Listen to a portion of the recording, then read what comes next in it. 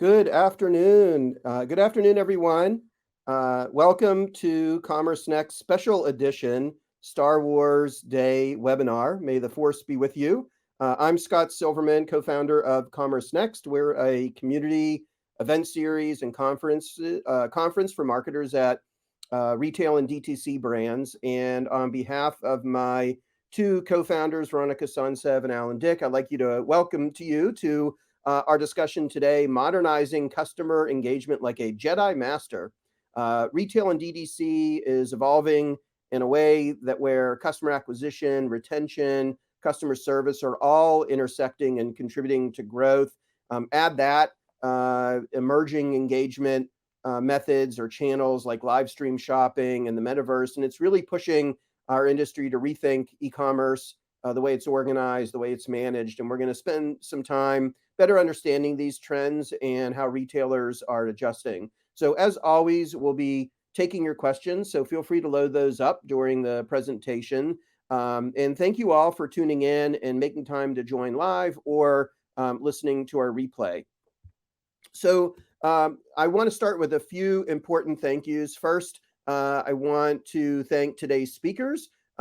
We will be hearing today from Anna Bryan Lee, VP Global Member Marketing and Retention at WW, formerly Weight Watchers, Dana Schwartz, who's SVP Global Direct to Consumer and Digital at Keen Footwear, Benita Johnson, who's Senior Gift Card Manager at Home Chef, and John Gresh, Chief Commercial Officer at Gift Now.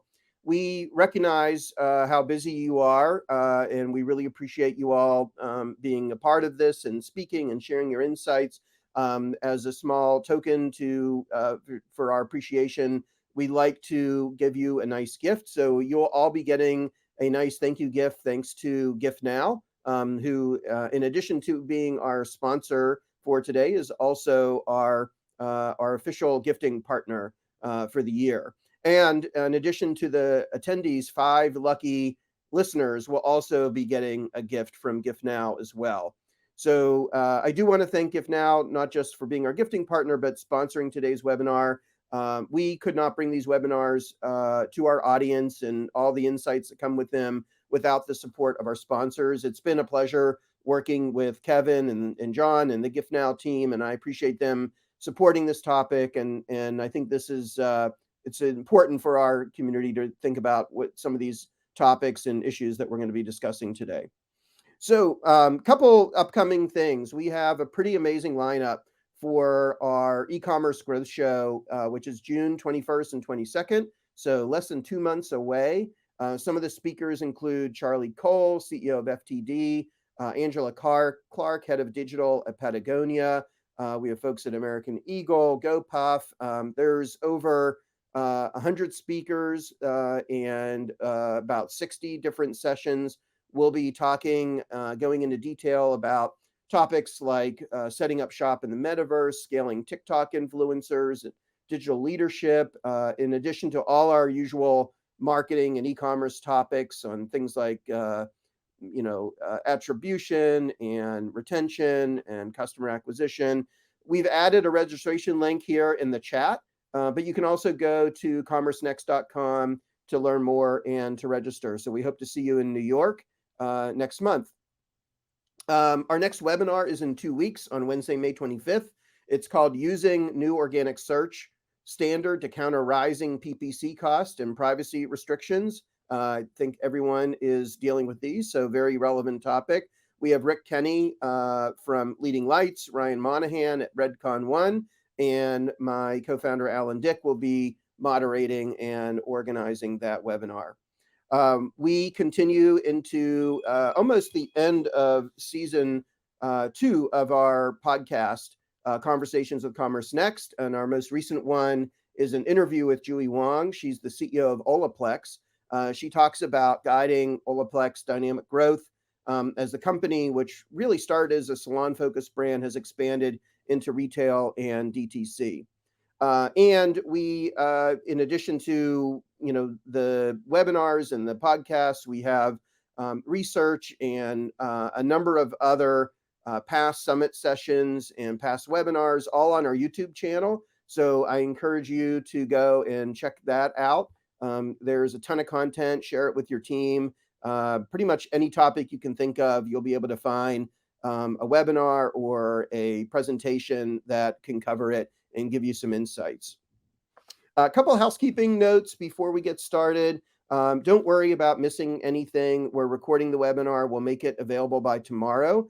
And I do want to show show everyone a couple things to make the best of the webinar in terms of the webinar platform. So if you look on the upper right, that's the main panel for all the interactivity, chat, Q&A, polls, and handouts. And then the chat is where you can interact with your fellow audience members. You can comment on something you heard, give a high five to our speakers, whatever you'd like to do.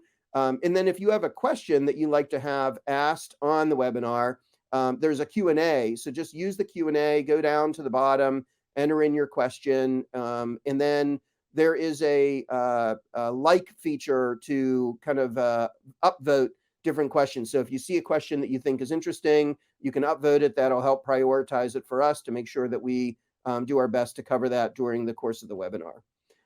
And there are a number of handouts. So we're going to be hearing from John Gresh in a moment on the topic, and a copy of his presentation is available in the download area. And there's also a couple white papers from Gift Now, Retail Gifting Solutions 101, and the Retailer's Guide to Gifting Excellence. So make sure you download those and get fully up to speed on all things gifting.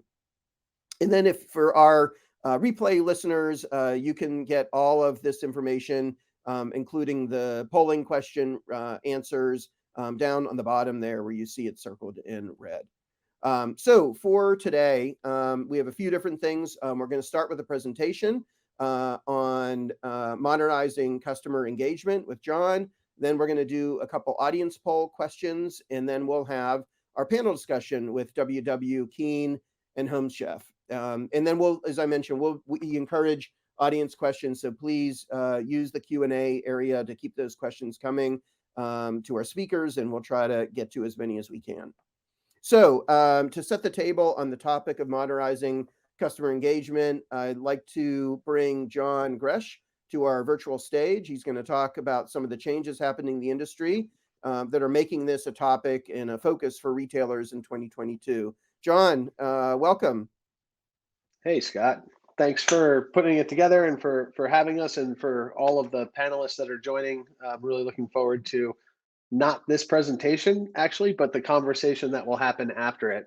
And so these slides, and anyone that's kind of seen me talk before, I try to go through these really quickly. These ones in particular are more around setting up the conversation that we're going to have after.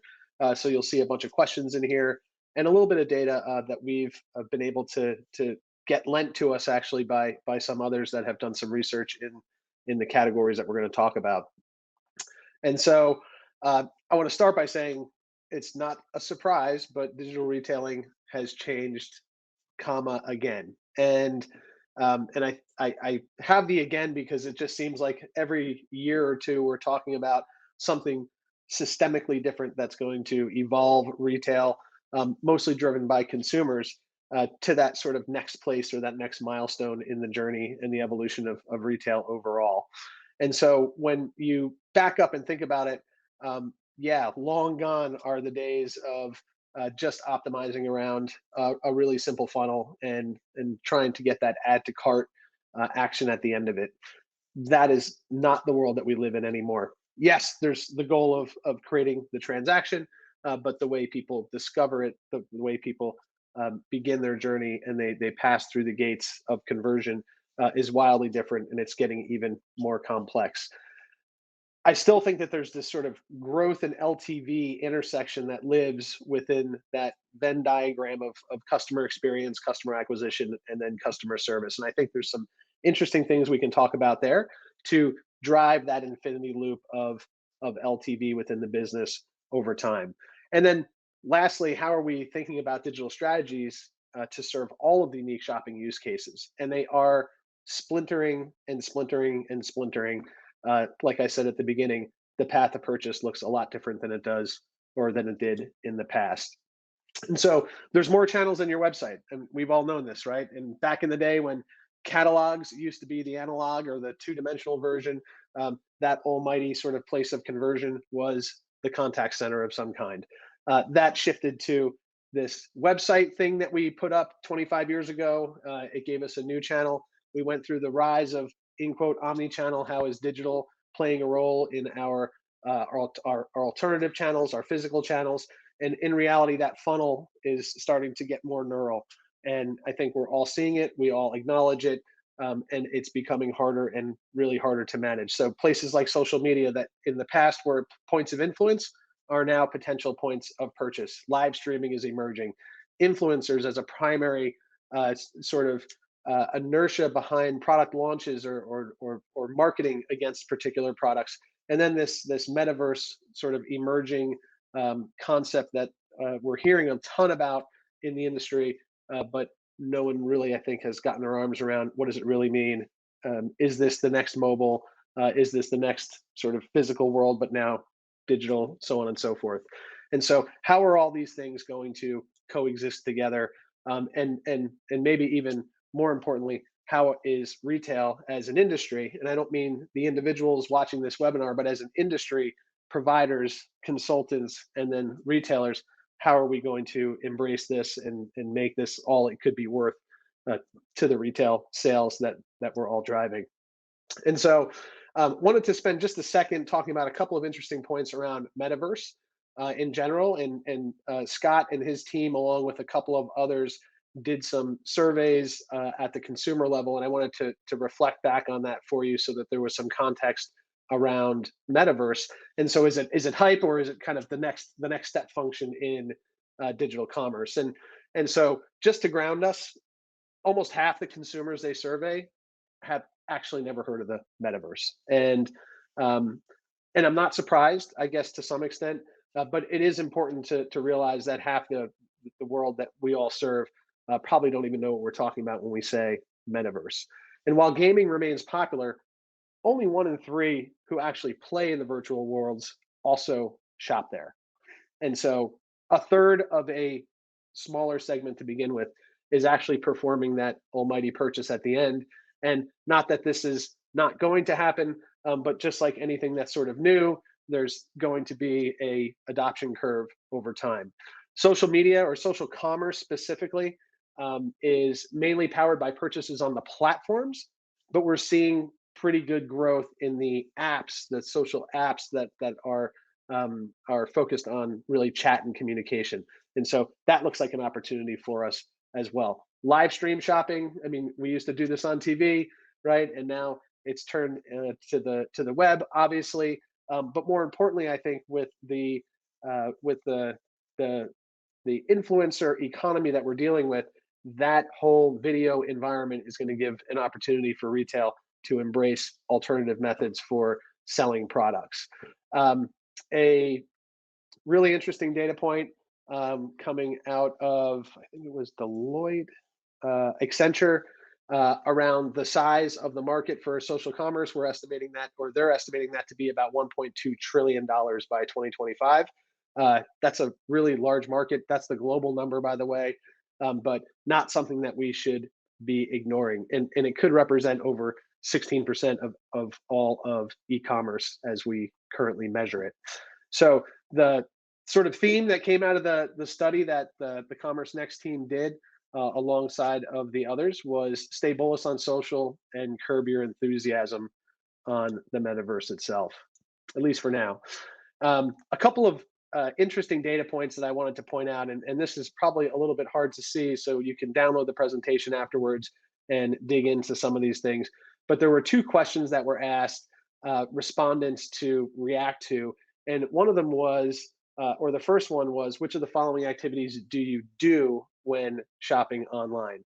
And 43% said that they actually purchased based on a promoted product in a social platform. So your ad dollars are working there. They are driving transactions. I know it's getting harder and harder to measure that, especially, but clearly, at least in this audience that was tapped, there's opportunity there, and these platforms are driving heavy influence.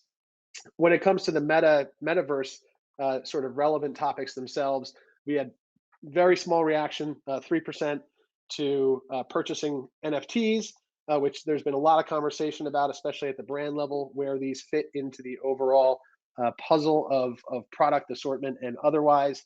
And so it's still very, very, very light in terms of adoption. And in the video game itself, we got response that 12% of people bought a product, a digital product specifically within there. So that's a little bit ahead of the curve, right? People have been buying things through video games for a while, and so I would expect a double-digit number there. But that could be an indicator of what we'll see in the NFT space going forward. On the other side, so this is what do people do? Then there's what would they want to do, right? What types of activities are you interested in doing when you're in a video virtual gaming or 3D world? And I'm highlighting the first one because I think it's very consistent with what we've seen in the past in this category specifically. Clothing and the challenge of buying clothing online is a nut that's been trying to get cracked for decades at this point. And we saw a lot of sort of virtual adoption, try-on type capabilities in retail environments over the last handful of years, dozen plus years that started online, and then we have magic mirrors in the store and so on. And so it's not surprising that there's a high desire to want to try on clothes in a virtual environment.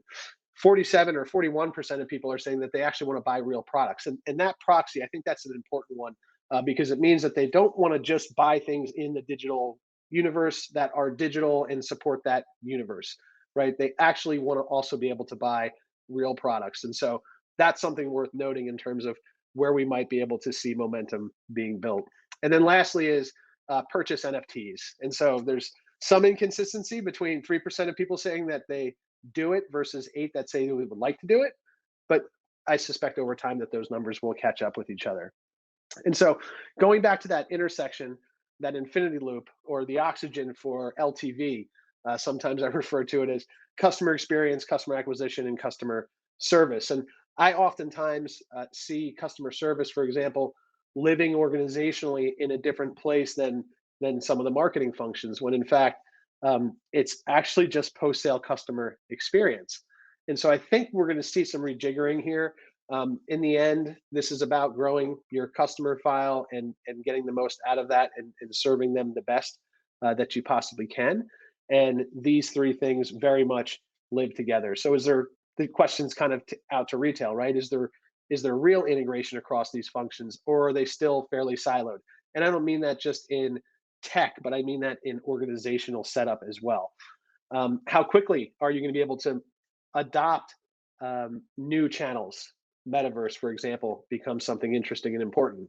Are you set up well to do that? Because these three functions are going to play a significant role in being able to play in that space. And where do they live in the org and why? These are just questions to kind of ask yourself to set up a conversation internally. So I would ask, is this the time to sort of rethink? Are there retail strategies that are still in play that were based on older models? Is it the catalog, but in a very flexible digital presentation with a slightly more interesting way to shop, navigate, and search through it? Or have we advanced to the unlocking the capabilities that are available to us today? And so traditional journeys have been fairly flat. It's a lowest common denominator approach, and I'm not taking anything away from all of the work and studying and research and so on that's being done in order to optimize, but you're trying to do it at scale usually versus a very specific one-to-one use case driven selling environment. And so I think we've seen advances in things like personalization, enhanced content experiences both above and in the funnel itself, as well as the technology support we're going to be required to put out there in order to transact off platform. And all of these things, I think, will come together. And I think the retailers that at least I've worked with are at varying stages of being great at many of these. But this will start to enable us to take advantage of creating unique experiences that serve the shopping use case specifically that the shopper is coming for. And that's different than a lowest common denominator approach. Our world is gifting. Anyone that knows Gift Now knows that we work specifically in building gifting businesses alongside of our retailers through technology and through best practices and things like that.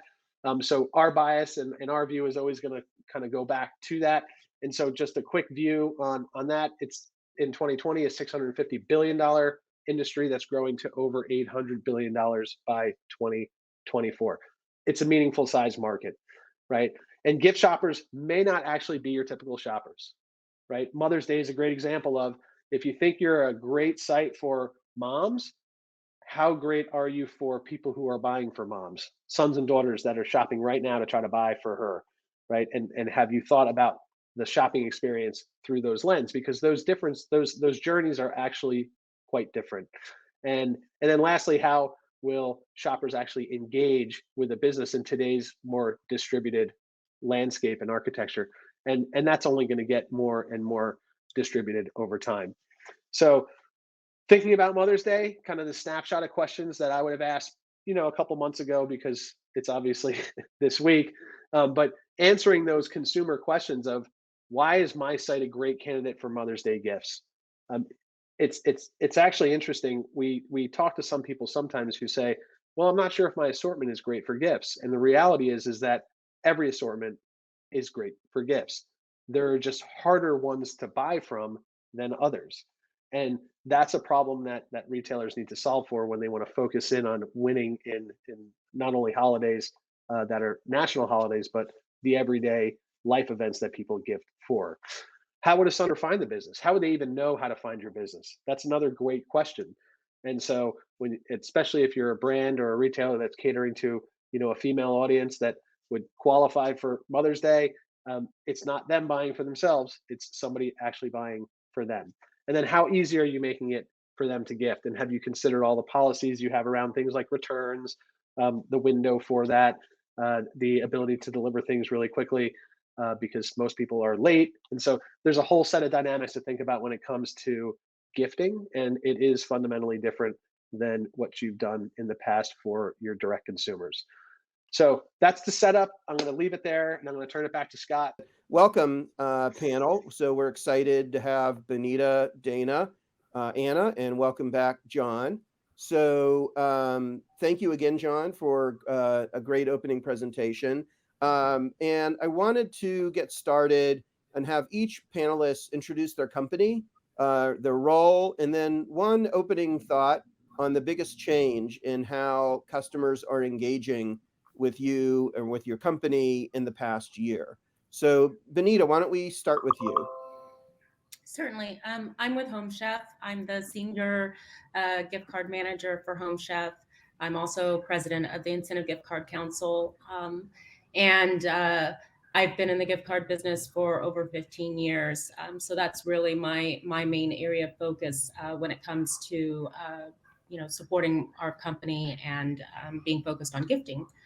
Our company, we're a subscription meal kit delivery service. And so a lot of our customers come through social channels. Our biggest influence, I think, really is through social influencers. That's where we see the biggest support with our customers.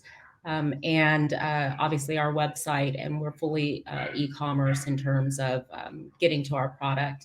We do have product in store in Kroger locations, but definitely subscribing from a week-to-week basis for meal delivery kit is the main function of our services. And then any noticeable change in the way customers are engaging with you? I wouldn't say that there's a noticeable change. Certainly, we had a lot of participation and a lot of traffic to our site during the pandemic when people were at home and cooking. Now that restaurants are opening, we do see some, going out more frequently, but still, we're largely our customers are attracted to us through web and word of mouth.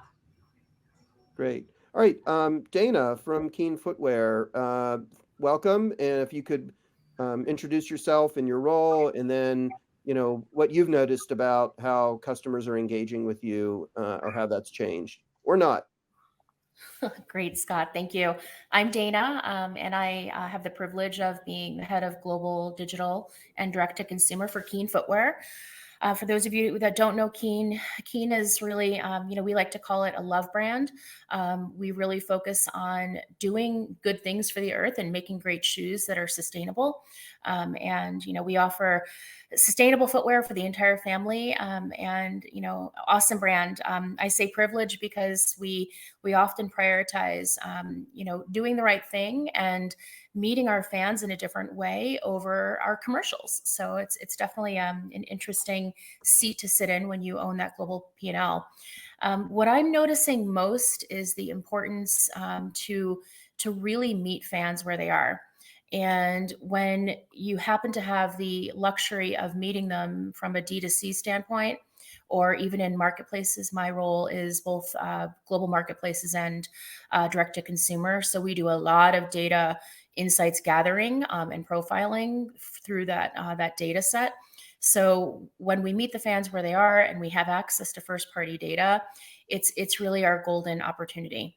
And we've been behind a bit in CRM, and we hustled this year to really build out a CRM playbook. And it's one of our biggest priorities. So I can't stress that more enough. We've all gone through the pain of not having the ability to target as we used to. We had a heavy reliance on paid and social, and that's gone away. So we have to find better tactics. And it's almost incredibly it's a lot of data mining. So I feel like that's the biggest trend that I'm seeing. And almost every conversation we're talking about data and insights and that zero party data opportunity. Great, thank you. And Anna from WW Weight Watchers.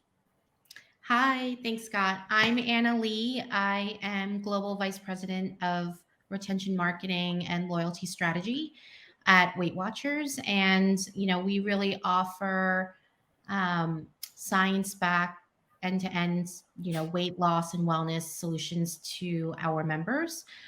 We are a membership-based company, and I couch that by not saying subscription specifically, in that we, really focus on obviously providing, as I mentioned, weight loss and wellness solutions around our food program, our science-backed food program. But, we also offer a host of other tools and benefits to our members as part of the membership. And that kind of dovetails into what I think I've noticed just with consumers in general overall is that, we really feel like, consumers and members are really focused on value. I believe they want to know that what they are spending both their time and money on is meaningful. So that is definitely something that we use almost as a filter when thinking about what we solution for our members and what we communicate to them about. Yeah, interesting. I mean, I guess maybe, just kind of continue on this kind of how consumers are, engaging right now. I mean, it would seem like consumers are just very distracted. I mean, there's so much to distract them right now, from, social media and, every streaming network you can think of, news items that are coming up, things like that. I mean, is that something new that you're all feeling like the consumer is distracted, or is that something you've been feeling like has been happening for the last few years? I don't know anyone. Dana, do you have a point of view on that? Yeah, I do feel that the consumer, we've had a wild ride the last couple of years, right? In all of our respective roles and companies. And I think the consumer is a bit distracted, but I think really purposefully driven on really seeking out, you hit on, Anna, the point of value. And whether it's a product or a story that really matters. So I feel like, when we do something on social, we're still a little early to that from a social commerce standpoint, but it's got to matter. It's got to be like, whether it's a product, a story. Like we did a great collab with Outdoor Afro recently, and it was a program I really bought heavily into from a direct to consumer standpoint. And we sold out, very, very fast, because we really put a lot of thought into where we were going to be present and how we were going to go to market. So it's really kind of narrowing in a lot to make it easier, because there's too much going on for everyone. So if you make the choices easier and just really hyper focus on that story or go to market, I think that that's important. So I want to turn to gifting. Obviously, we have some gifting experts here on our panel with Benita and John. Benita, I'll start with you on, if you could maybe give us a little bit of what you're seeing in terms of gifting behavior, how, things are evolving there, any interesting consumer behavior you're expecting to see this Mother's Day. And then I'd be interested, John, to hear, you follow up with some of your thoughts as you're looking across, a variety of different retailers and brands that are involved in gifting. Yeah, so I mean, keeping in mind that all of my gifting is gift card focused, as I think about the different trends among our consumers, and I kind of have the gift myself of having a young gift card program that we're starting to build in new aspects to. To give an example, when I started with Home Chef in July of last year, we had one gift card design. We now have an assortment of designs, and it was really important for me to kind of understand how our gift card consumers are interacting with us, and seeing how they choose the designs helps give me some indication. Simple things like moving around the designs every couple of weeks just to make sure that it's that our consumers are intentionally choosing designs, and I can gain some insights from that. We started promoting our Mother's Day designs not too long, maybe a week after Easter. And so I could see the transition between Easter gifting into Mother's Day gifting. And knowing that we have our Mother's Day designs that specifically say Happy Mother's Day or Number One Mom, it's intentional that they're choosing those cards. Can't see that they would be using them for other reasons. So using those, seeing those designs grow in sales or become the top performing design gives me an indication of where our consumers are thinking in terms of gifting. Oh, that's interesting, that like the way people are buying gifts and customizing them is a bit of a leading indicator of where their heads are. John, what are you, seeing with gifting? And I mean, anything you're seeing as all this Mother's Day activity, I would assume is happening. Yeah, so believe it or not, I have a mom as well, and her birthday is actually at the end of April, and so I gave the gift of Home Chef to my mom this year, and what I want to say, which I think is really just it's kind of a thread that I want to unpack a little bit, is I didn't give her $200 worth of Home Chef. I gave her Home Chef and the service, and the vehicle was the gift card that paid for it, right? But that's not, if I wanted to do that, I could have just given her cash. And so I think there's like this way to think about it a little bit differently, but giving what the brand represents. In this case, it's delicious food that you can really make quickly at home and conveniently pick it out the week before. Yeah, there's all of those threads. And so so I wanted to share that story a little bit, because I think that that's what we're seeing, or at least kind of the thinking that we see around when it comes to gift cards specifically. It's not about a vessel for transferring $100. It's about all that brand represents and why I think this is representing what I want to say to that person I'm giving it to, right? And that's different than, again, a Venmo for $100 because it's your birthday. Scott, some of the more sort of macro trends that we saw was, and it's something to just think about, is everyday gifting is on the rise. We saw that a lot over the pandemic. People were saying hello and extending love and gratitude and just I'm thinking about you on a much more frequent basis than we had seen in years prior. and that has sustained, right? And it's not people aren't buying $500 items and sending them on a random Tuesday. It's the littler things that spark that memory or inspire that sort of just the that feeling of gratitude. So we're seeing that sustain, which is good news.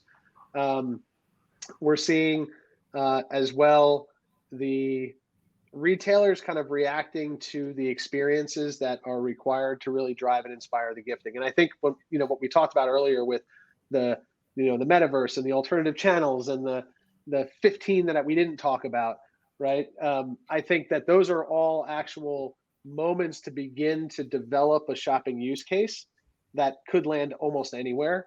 And so, for us, the ultimate sort of public CRM of things that matter to people's lives is Facebook, and that gives us the opportunity, or gives us as a community the opportunity to be able to pick things that we could promote in certain ways, in a very contextual way, in a very sort of emotionally heavy way, and address an audience that is there not to shop, but they are learning about triggers to shop or to buy through the content that they're getting out of their feed. And so that's another kind of opportunity I think that everyone should keep in mind, is these alternative universes or alternative channels are going to create much more contextually relevant moments to intercept transactions. And that's something people should be thinking about. All right, good. And a reminder that Mother's Day is Sunday. By the way. Yes. Yeah, we had a question come in from Scott Key. This is an interesting way of putting it. What are some of the ways you'd like to engage customers, but you're unable to execute against, and why? And Dana, I'm going to throw that to you if you don't mind. Yeah, I have to tell you, I have a burning one, and it's because we want to make fans for life. It's that simple, and I don't feel like we're able to. I think John might have called this out before, but like that the journeys are not as rich as we'd like them to be. While we've made a lot of progress in personalization, I still don't feel that I can actually engage and bring a brand new fan or a retained fan through a journey that is really meaningful. And hitting it on all parts. And a lot of it is the technology, right? Like not connecting together. There's tracking data that's not, succinct. If I could do that, and I'll use a little wand reference since it's May the 4th be with you, like that would be what I would want to do. So I'm working really hard trying to connect that kind of piece between our customer, or we call it fan services team, and our data and insights and the journeys. And then, obviously the beginning of the journey from top of funnel to the nurture series and post-purchase. So that's something I feel still needs to be easier than it is. It's a lot harder than it should be. I mean, I think that's a good tee up for like diving a little bit into this metaverse conversation. And John, in his presentation, talked about, existing e-commerce experiences being binary and flat. And one of the best, I think, like framing of the metaverse I've heard from a retail executive is that the potential there is that it could close the gap between the physical and digital worlds. So you think about, physical retail being the epitome of a retail experience with a really good sales associate who can kind of, size you up or size up the customer, understand what they want, understand intent, right on the fly, and so on. But I'm interested to see if maybe the metaverse, is that opportunity to have a richer digital experience. But I'm going to ask this question kind of in a two-part way, because I think one of the other things about the metaverse is probably everyone listening and everyone on this panel, because it's so much in the news. Facebook changed its name. I can't imagine, any of you are dealing with, not having a CEO or a board member or some important constituent say, what are we doing about the metaverse? So I don't know, Anna, I'll start with you. I mean, how are you thinking about the metaverse? I guess, maybe, like any thoughts on, is this an answer to a more enriching digital experience? And B, what is the, like, as someone who has a probably pretty busy day job, And now you're getting all these questions about what do I do about the metaverse? Like, how are you addressing that? You know, what's the best way to do it so that it's not taking all the oxygen out of every other program? Yeah, no, great question. I think at WW Weight Watchers, community has always been, a core tenet, and that was built obviously in a brick and mortar space. And, as we've modernized our brand and become more digital, we have started most recently conversations in this space. We have both in our app, we've offered a platform by which our community is able to interact. And as such, some of our members are able to offer sort of their own personalities and take on, living the brand through their own lives and through the lens of their own lives. So, and most recently with COVID, we've been able to bring our community onto a platform that still allows them to experience much of what we offer within our brick and mortar space, but on a digital platform for them.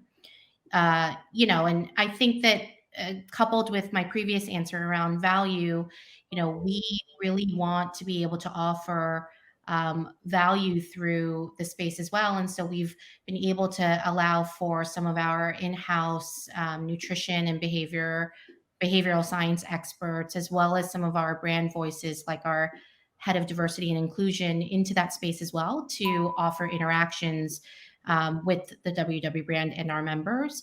So, I think we are very much in early discussions around metaverse and, having our community sort of define what that is. And it definitely is very much part of the conversation.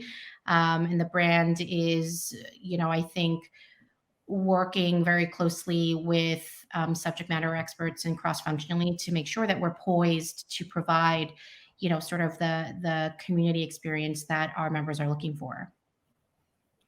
Dana or Benita, anything else you want to add on what the potential of the metaverse that you see and how you're addressing it today? I'll add something quickly, and I'd love to hear from Benita. Actually, it exactly came up in a board meeting last fall, and it was like, what are we doing? And so one call out I'll definitely recommend is to, I didn't want my whole commercial team to be really distracted on this, so we hired a consultant that like really knows the space, and we have an innovation team that kind of sits across the company. It's small, but it's sitting also in product. So like we're thinking about 3D development of product as well. So that's been very good. So we have this kind of sidetrack going, and we're thinking about it that way. The one thing that I can say is that, we kind of did a poll, and we were trying to understand like what our customers understand, and they don't understand it. So, what we're trying to do is we're trying to combine the idea of keeping it simple, but also, educating and learning, but not like making it a priority too. So we're kind of going down the path of trying to do something for cause related that actually fits within the DNA of our brand. And what that's going to be is to be determined, but it's definitely a very active initiative within our organization. And I don't know, it'd be very cool to just do something also very different. That's always in the DNA of Keen, to kind of take action and do something a little bit different around community. We have to be very careful about like the energy sources with Bitcoin and certain parts there that could contradict DNA of the company as well. So we're just trying to be very thoughtful about it. There was an audience question that came in, and I don't know how far along you are, Dana, and you might not be able to answer it, but Daniel Haight's asking, what are the barriers to transacting or starting the buying process in the metaverse? Are they different than traditional barriers like shipping costs? So, but if you don't have a program active, then maybe you're not able to answer that yet. Not yet, but what I'm going to recommend, we're relooking at our entire commerce stack right now, and it's actually in our roadmap. So if it's not in your roadmap, put it on your roadmap and work toward it. And there are a couple of great companies out there that I feel like we just did a session, I think it was yesterday, every day is kind of merges into the next, but with Ariel, who worked on, a couple of really great, kind of metaverse and NFT. They did ASICs, like really cool stuff out there. So find, like information gathering is key right now. So we actually have it on our roadmap for next year. So it's not something that gets forgotten, and we're working toward that. All right, good advice. So, kind of moving from the metaverse to live stream shopping, which seems to be a little bit more like mainstream, I would say. So last webinar we did, we asked, all of the e-commerce leaders on that webinar, what they're doing with live stream shopping. And so, as a reminder of the results, 40% said they were actively involved in live stream shopping. So that could be they've tested it, they're planning to test it before the end of the year, or they have a full-fledged program going. That feels like a pretty big chunk of retailers that are active in this. So I'm interested to hear, how you're all, where are all of you with live stream shopping? Maybe Anna, I'll start with you. And I mean, it sounds like you're already doing a little bit of that with some of the membership programs that move from, the physical to the digital world. And that might be a little bit of some similarities there, but I'm interested to hear how you're thinking about it and if there's any commerce elements in there as well. Yeah, sure. So, as I mentioned, our coaches and our experts in-house, we have allowed for live stream programming, both on our internal platforms as well as our external ones. And, I think if organically some of that results in conversion, either through conversion of our membership or conversion of our products, I think that's great. It isn't necessarily the end goal of having those programming and events. It's really more allowing for our members, both current as well as, sort of our extended members, to interact with the brand, and for us to really sort of have a seat at the table when it comes to weight loss and wellness. So some of our more structured programming with our coaches leading the conversations, that is meant to, mirror or mimic the experience that you would find in brick and mortar spaces.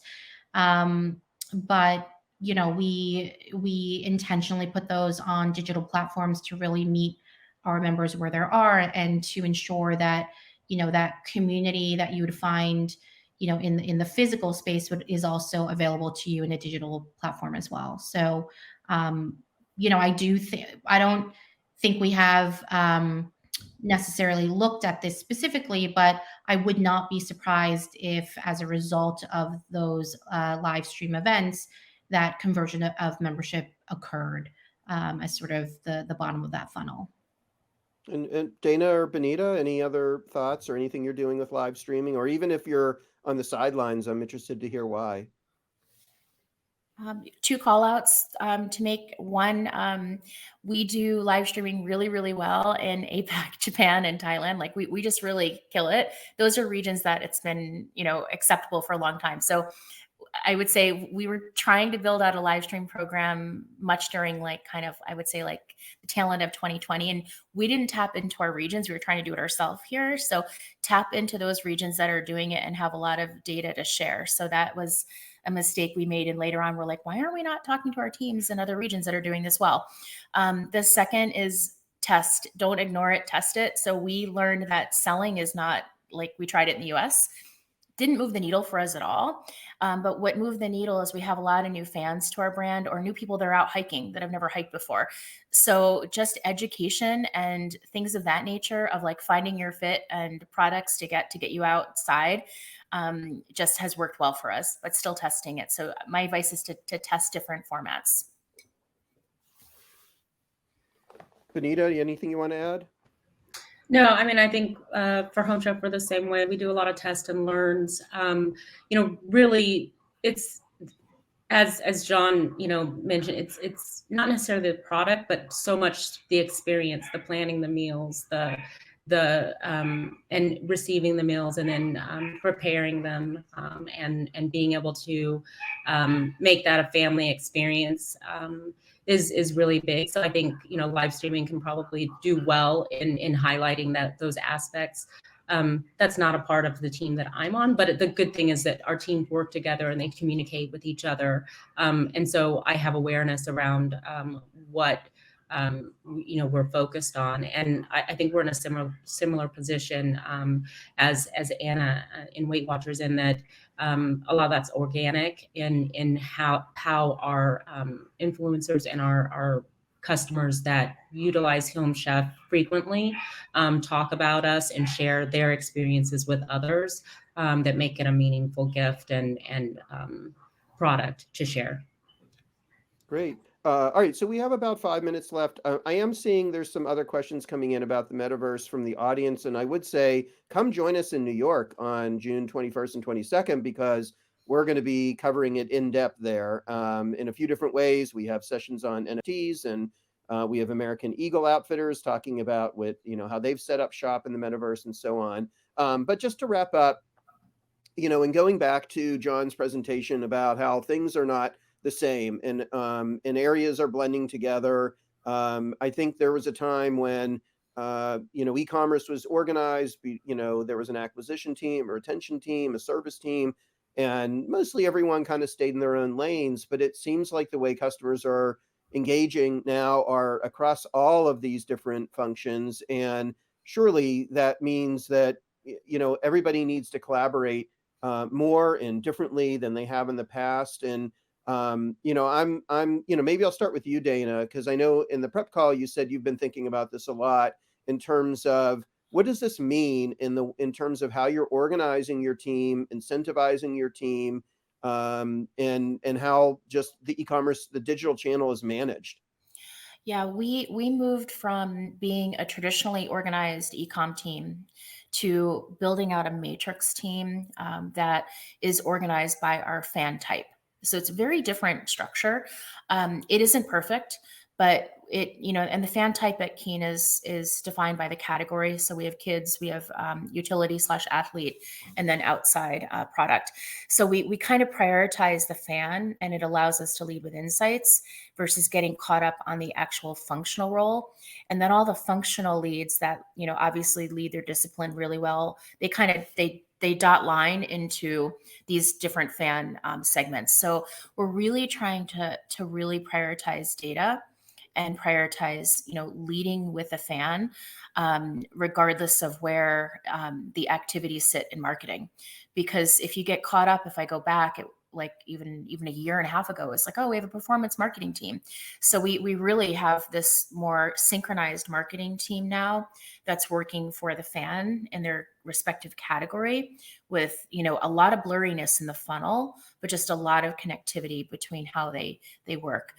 So it's just, I think experimenting is important there for sure. So that's kind of the approach that we're taking at this time. That's awesome to hear. I mean, that's, really kind of putting your money where your mouth is when it comes to saying that you're customer centric, because I think, I'm sure we've had lots of speakers that say they're customer centric, and, you talk to them internally and they're like, not as much as we really would like to be. But that seems to, I think, give a whole new element to that. So I don't, John, you're talking to retail executives all the time. And you were the one that suggested this topic. So I'm kind of interested to hear, what you're seeing, if you're seeing more companies that are evolving their structure like Dana, or in other ways. Do you feel like there's a long way to go in the industry in this respect? I do. The latter. I think there's a long way to go. And just like everything else that we talked about, it's evolving all the time, right? Dana's customer first type of organizational structure is actually really interesting. So I think we'll see that continue to evolve, Scott. I think that one of the most important things is just sort of lifting from our current paradigm of we have this funnel that we drive people into, and we want them to go through the gates and convert, right? And I'm really simplifying it, so don't be offended by the simplicity. But that's the reality, right?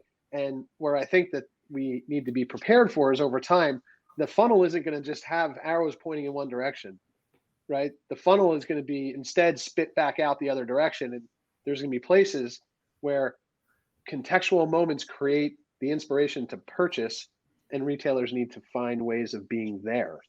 And the creator economy and the influencers and like live streaming is really interesting. It's not new. We've been seeing this for decades and decades and decades in other form factors. But now with influencers being such an important part of how products actually get to market and them wanting to own the customer themselves also, there's this sort of new dance that I think is going to happen and emerge over time, where transactions are happening other places. I'm really simplifying by saying transactions, but those points of inspirations, that call to action that we used to put in the email, the buy now, like that's going to have to live in a bunch of different places that today we're talking about what they might be, metaverse, for example. So looking forward to seeing that become a reality and to seeing everybody on the screen sort of stepping up and finding ways to get at that customer at the right time, at the right moment, with the right offer and the right content, the right experience, and all of those things. All right, great. Well, we are at the end of our hour. I want to give each of you a chance to give a quick plug for any open positions you have. Benita, we'll start with you. Any open positions, and where do they find more information? Oh, you're on mute. Muted.